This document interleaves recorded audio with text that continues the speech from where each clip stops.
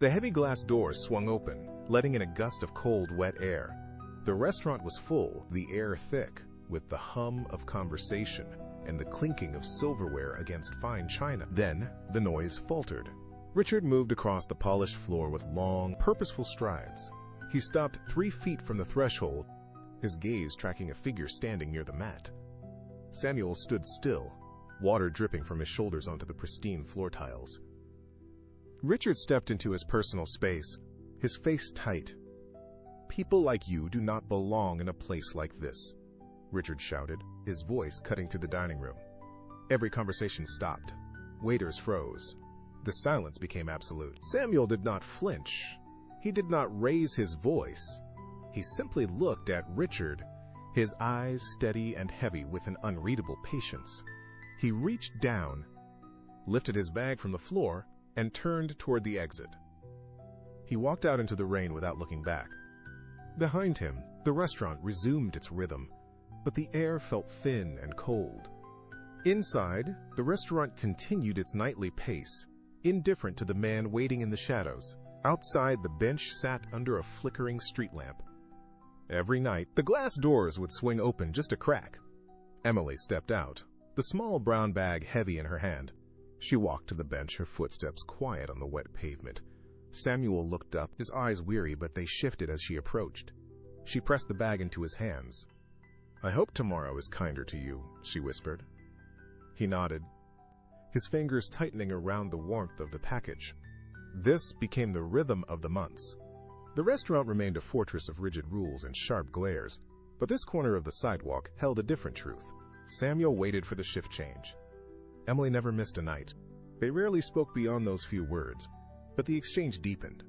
Her smile cut through the damp air, and his gratitude became a quiet anchor.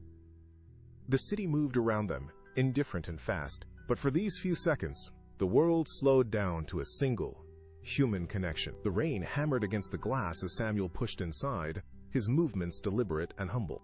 He did not seek the shadows this time.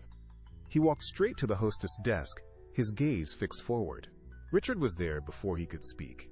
He stepped into the aisle, blocking the path with his arms crossed. "We do not allow people like you in here," Richard snapped, his voice sharp enough to draw attention from nearby tables. Samuel reached into his pocket and pulled out a $20 bill. He held it out, his hand steady. "I can pay," Samuel said, his voice barely above a whisper. Richard did not look at the money. He laughed, a harsh, jagged sound. He snatched the bill from Samuel's fingers and flicked it onto the floor. It landed face up on the tiles. Richard snapped his fingers at the security guards standing by the bar. 2 men moved in, grabbing Samuel by the arms. They dragged him toward the exit. Samuel did not struggle. He allowed himself to be pulled, but just before the doors, he stopped. He turned his head and locked eyes with Emily. He did not look angry. He looked finished. Then, the doors opened, and he disappeared into the storm. The restaurant staff stood in a restless line as the clock struck 9.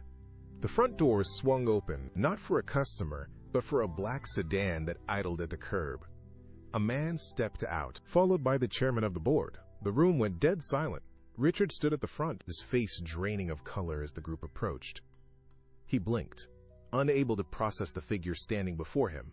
It was Samuel. He walked with a steady, measured pace, his eyes scanning the dining room.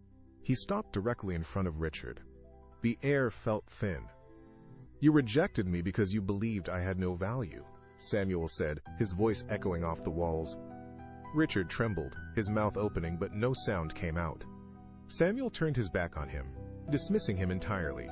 He stepped toward Emily, his expression softening. "You offered kindness when everyone else offered judgment," he said clearly. He gestured to the empty manager office. "You are the new general manager." Richard looked to the chairman, but the man only pointed toward the door. 2 guards moved in, this time for Richard. He was led away, stumbling over his own feet, while Emily stood frozen, the weight of the moment settling over the room. Years passed, and the restaurant transformed. The frantic energy of the past was replaced by a steady, respectful hum. Behind the front desk, inside a simple glass frame, hung a single $20 bill. It was old, slightly frayed at the edges, but perfectly preserved. A new customer paused while paying the bill, squinting at the display on the wall. He turned to the woman behind the counter. "Why keep that?" he asked, pointing toward the frame. Emily looked up. She did not rush her answer. She traced the edge of the counter with her fingertips, her eyes resting on the bill for a long moment. "That is the most valuable payment this restaurant ever received," she said softly. The customer looked back at the bill, then around the dining room, where every guest was treated with deliberate care. Near the entrance, a new sign caught the light. "Every guest deserves respect before they deserve service." The morning sun washed over the floor, bright and clear. The doors opened, a new guest walked in, and the staff moved forward to greet them. The cycle of judgment had ended. The cycle of humanity had begun.